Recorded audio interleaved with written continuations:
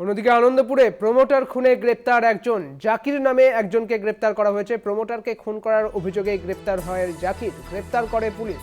CCTV footage খতিয়ে দেখে গ্রেপ্তার করা হয়েছে জাকিরকে, এমনটাই জানা যাচ্ছে।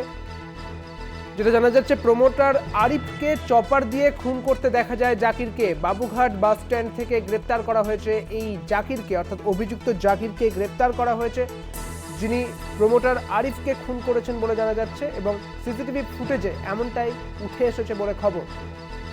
আরো বিস্তারিত জানবো, আমাদের সঙ্গে রয়েছেন আমাদের প্রতিনিধি রিয়া মাঝি। রিয়া, ঠিক কি ঘটনা ঘটেছে এখনো পর্যন্ত, বিস্তারিত কি রয়েছে খবর? দেখো, ইতিমধ্যেই আনন্দপুরের ঘটনায় জাকির খান নামে এক যুবককে গ্রেপ্তার করা হয়েছে।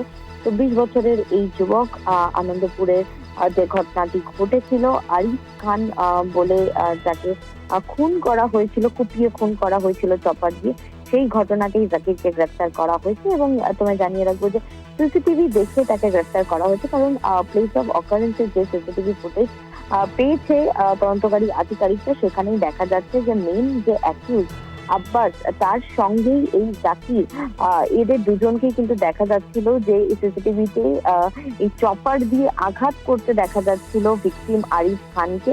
এবং সেই সিসিটিভি দেখেই কিন্তু ফেস ট্রেসিং করা হয় এবং তারপরেই কিন্তু এই জাকির অবধি পৌঁছায় এবং গতকাল রাত থেকেই তাকে ট্রেস করা হচ্ছিল।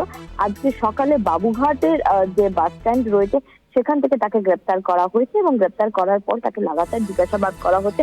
হায়ার অফিসিয়ালসরাও তাকে জিজ্ঞাসাবাদ করছে যে মূলত কি কারণে এই খুন, কি কারণে, কি মোটিভ এই খুনের পিছনে, এই বিষয়টাই জানার চেষ্টা করা হচ্ছে। কিন্তু এখনো অবধি সেই বিষয়টা কিন্তু স্পষ্ট নয়, কারণ এই যে জাকির খান, সে কিন্তু স্পষ্ট ভাবে বলতে পারছে না, কারণ আব্বাসের কোনো সমস্যা ছিল, কিন্তু কি কারণে ঠিক খুন সেটা কিন্তু এই জিজ্ঞাসাবাদে কিন্তু এখনো স্পষ্ট হয়নি। বেশ, অনেক ধন্যবাদ রিয়া তোমাকে। আমাদের সঙ্গে ছিলেন আমাদের প্রতিনিধি রিয়া মাঝি। আপনাদের জানিয়ে রাখি, এই ঘটনায় গ্রেপ্তার করা হয়েছে অভিযুক্ত জাকিরকে।